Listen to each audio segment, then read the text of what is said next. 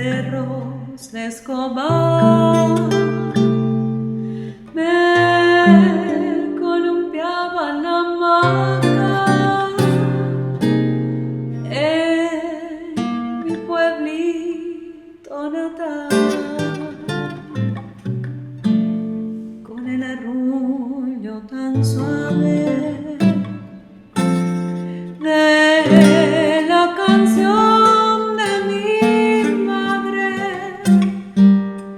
Yo aprendí como el ave las alas a desplegar.